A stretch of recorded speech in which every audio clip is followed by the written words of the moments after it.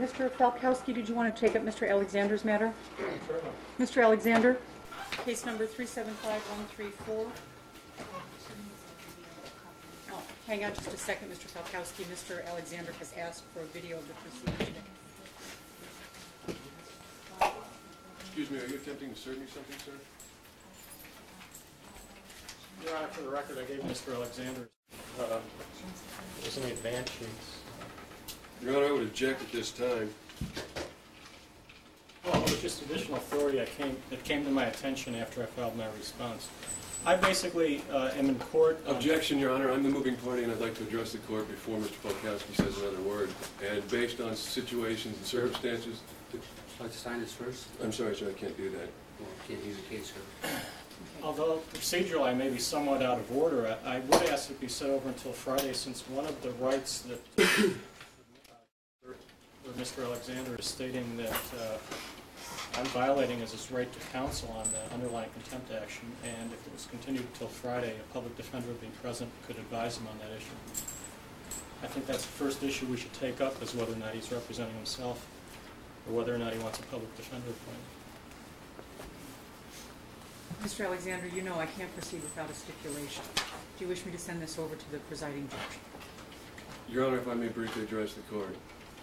Okay, it will have to be brief, Mr. Alexander. Briefly, Your Honor. Because I do have 4 trials. Pursuant to documents filed in the United States District Court this day, Fresno County Superior Court judges en banc, including all, the full court, are named expect adverse parties in a federal class action lawsuit. Thus, it would be inappropriate for any Fresno County Superior Court judge to hear this case.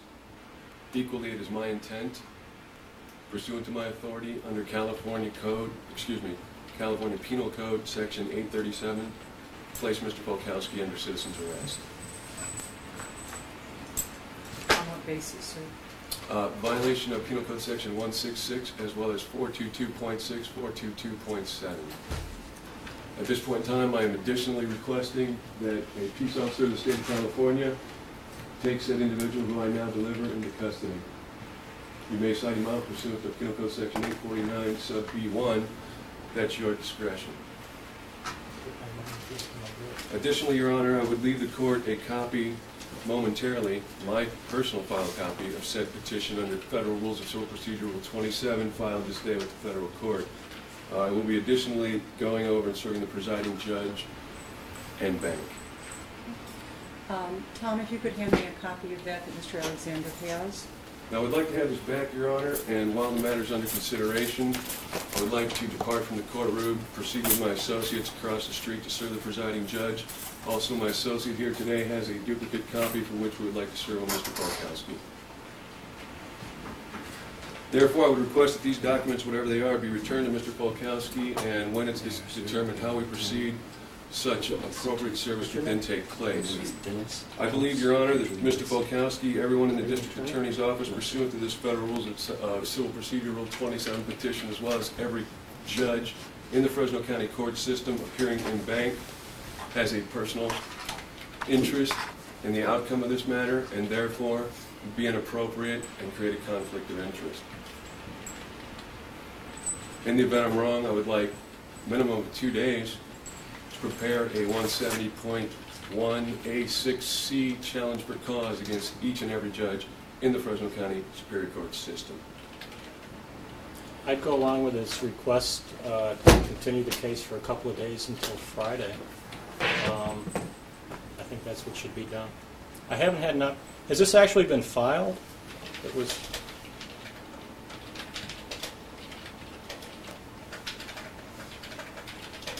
My copy indicates that it has been lodged with the clerk of the U.S. District Court. Miscellaneous cases as such are initially set before a magistrate, which has been explained to the federal court clerk to be inappropriate. The case has been titled for Courtroom 1 before the Honorable United States District Court Judge Robert E. Coyle. When cases as such and a petition as such are filed, they are assigned at the interim a miscellaneous case number, and therefore they are only logged and not officially filed until it actually goes to the magistrate and then proceeds to the federal court judge for review. At that point in time, it will be assigned a permanent case number for which the following class action lawsuit will additionally be titled under the same case number. Again, I was just given a copy of it a minute ago, and there's no named defendants. Expected adverse parties, I believe, are listed on page 6.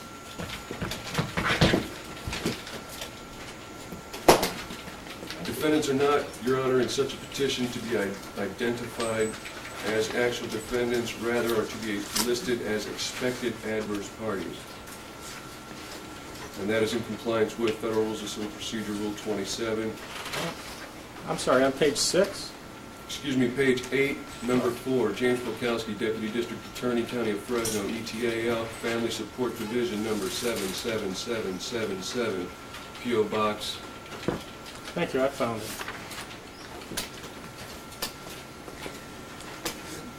Now, Mr. Alexander, you said these were your copies that you wanted That is to my return? personal copy, Your Honor, that is correct. Serving the presiding judge and bank would then be his obligation to make the duplicate copies and forward them to every single judge associated. Tom, if you could return this to, this matter is continued without prejudice to any pending interest before the court to Friday, October the 25th at 1:30. And I guess the first issue that we'll take up is the pendency of an action that might require proceedings in this court being stayed while the federal court addresses Mr. Alexander's questions. So, Mr. Alexander, we'll see you back here on Friday at 1:30. Your Honor, I got the name of the gentleman, Dennis, who served me with the papers. I'd like, you said he was your associate?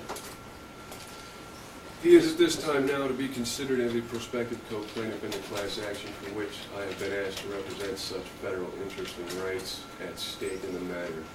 Okay, as a prospective co-plaintiff, I'd ask that he give me his address so that I would know how to contact him. Sure, my address is California. Phone number 6.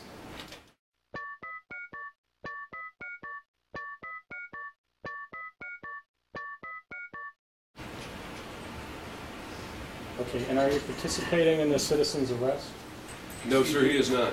He's not, you're not participating? No, sir, he is not. He can answer for himself. No, sir. You're not participating? No. Okay. Mr. Falkowski, I would reserve to you,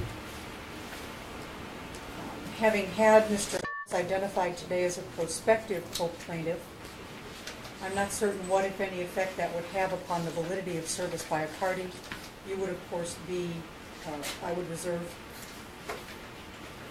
simply as a procedural matter, your right to object to that service if he is in fact deemed to be a party to the action.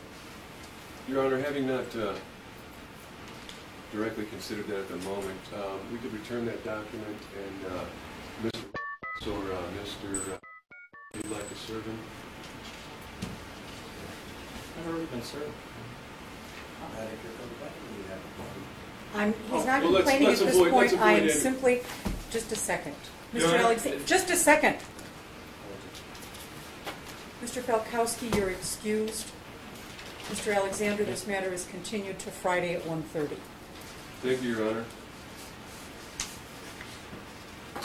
Is Mr. Falkowski being taken into custody pursuant to my deliverance to this California peace officer? Mr. Falkowski is subject to the jurisdiction of this court, and he will respond when the court orders him to do so. Let the record reflect as such, Your Honor. Thank you very much. Yeah. When may I obtain my video copy of today's proceedings, Your Honor? As soon as the proceedings are concluded, we'll pull the tape out and give it to you. Thank you, Your Honor. I'll return at the end of the court's business this day. Thank you. Actually, It wasn't on record because you guys proceeded before I put the tape in the machine. Isn't that amazing? I can make that copy off that tape at the end of the day, and I will give you a call, and you will have your video. Thank you kindly, ma'am.